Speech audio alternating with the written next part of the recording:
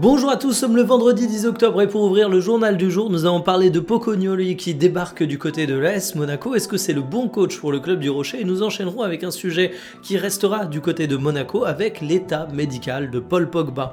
On parlera également de l'Algérie qui se qualifie pour la Coupe du Monde. On parlera de l'avenir d'Anthony Lopez qui aujourd'hui est au FC Nantes, comme vous le savez. Peut-être que j'ai choisi le sujet avec un petit biais de supporterisme, on ne sait pas.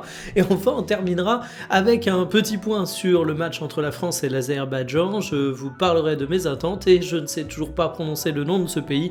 Je m'en excuse. Allez, c'est parti, bienvenue pour le journal du jour. Ça sera donc Pocognoli, le nouveau coach de Monaco, et on peut se demander si c'est le bon choix pour le club du Rocher qui a pas mal de sujets à régler.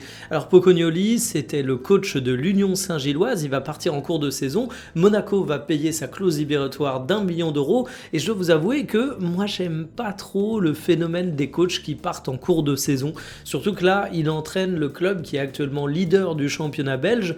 Alors je sais que tu peux pas vraiment l'interdire, ne serait-ce que par rapport au droit du travail.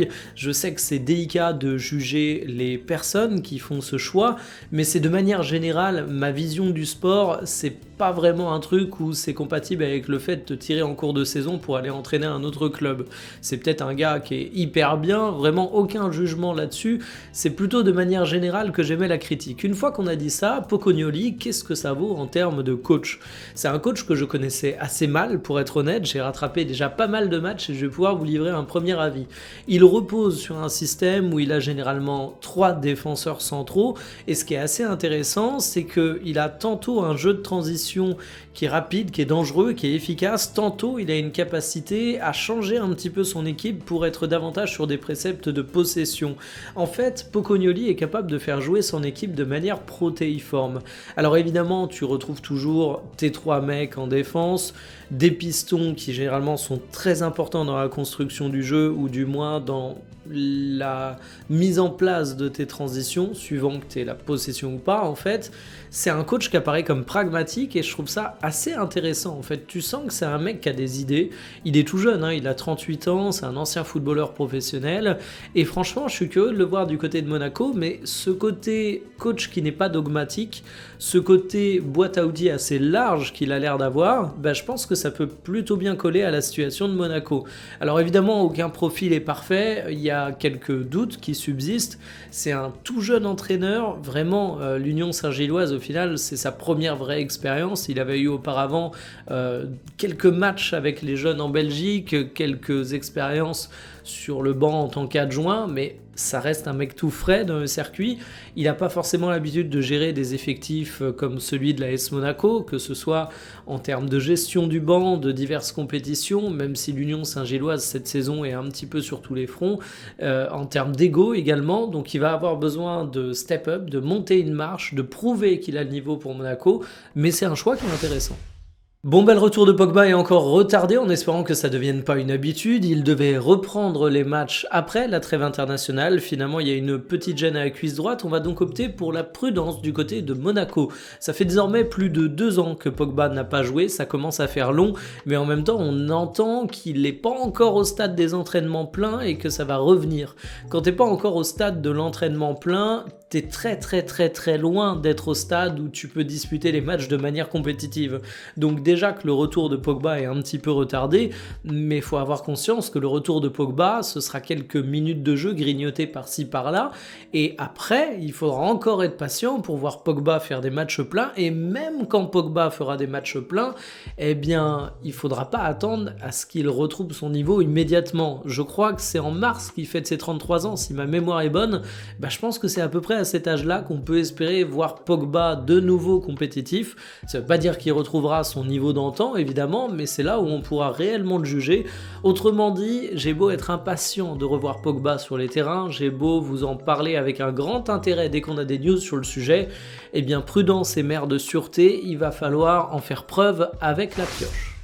12 ans sans Coupe du Monde, c'était particulièrement long pour les Algériens, surtout que moi je me souviens très bien de la dernière Coupe du Monde de l'Algérie, c'était en 2014 et il y avait eu un match en 8e de finale tout simplement légendaire face à l'Allemagne. Ça s'était au final dénoué lors des prolongations, mais durant la rencontre tu avais eu un Manuel Neuer absolument incroyable, il cavalait sur le terrain tel un joueur de champ et on peut dire qu'en 2014, eh bien l'Algérie était sortie par la grande porte. Ça fait quand même du temps désormais, mais bonne nouvelle, ils seront de retour pour la Coupe du Monde 2026. Hier, il y a eu un succès 3-0 face à la Somalie qui valide la première place du groupe G, et ils iront donc au Mondial comme la Tunisie, le Maroc et l'Algérie. Les trois seront présents en même temps. Je suis curieux de voir ce que ça va donner, parce que l'Algérie sort quand même de quelques années qui sont pas évidentes. Sur les 2 dernières CAN, on peut dire que c'était pas à la hauteur des attentes, je vais dire ça sobrement, et malgré tout, l'Algérie, ça reste une équipe qui est hyper suivie, qui est hyper supportée, qui historiquement a eu plein de bons joueurs, et qui d'ailleurs est pas mal dans l'actualité aujourd'hui en France, parce qu'il y a Lucas Zidane qui défend les couleurs de l'Algérie, et forcément, ça suscite pas mal de commentaires en France. En tout cas, moi je suis hyper content de voir cette sélection qui va reparticiper à la Coupe du Monde, et je leur souhaite une immense réussite. Le meilleur joueur nantais depuis le début de saison envisage de prolonger, je parle bien évidemment d'Anthony Lopez qui a une fin de contrat en 2026, autrement dit l'été prochain, mais qui a une année en option. Alors je vais être super transparent avec vous, quand Anthony Lopez a débarqué du côté du FC Nantes, après cette situation très compliquée du côté de l'Olympique Lyonnais, je me suis dit oh on est de retour dans les conneries du FC Nantes qui veut du nom prestigieux mais qui va pas forcément sur des dossiers très sûrs sportivement. Eh bien j'ai été médisant, je le dis, je l'assume, j'ai eu tort parce que Anthony Lopez c'est finalement une recrue extrêmement intéressante et alors que Nantes est actuellement 15e, donc joue le maintien, on est désormais habitué, j'ai envie de dire, du côté de Nantes, eh ben il te faut des certitudes, il te faut des valeurs sûres, et aujourd'hui j'ai quand même l'impression qu'Anthony Lopez s'inscrit là-dedans. Donc j'espère qu'il va prolonger du côté du FC Nantes, ou tout du moins qu'il va faire cette fameuse année supplémentaire. C'est un joueur qui a 35 ans, mais pour un gardien de but, c'est pas non plus totalement déconnecté. Et puis Anthony Lopez l'a dit, il a encore faim de haut niveau, et ce qu'il a également dit, c'est qu'il apprécie jouer dans de bonnes ambiances, et il a eu un mot cool pour la Beaujoire, donc forcément, une fois que tu as dit ça, tu te fais aimer des Nantais. Valise de but à prévoir pour la France face à l'Azerbaïdjan, vous en prévoyez combien? 2, 4, 6? Oui je sais, c'est ce qu'on appelle l'arrogance à la française, mais je pense pas trop mouiller en disant que les Bleus sont favoris pour cette rencontre. Le journal L'équipe nous annonce 7 compositions probables pour les Bleus.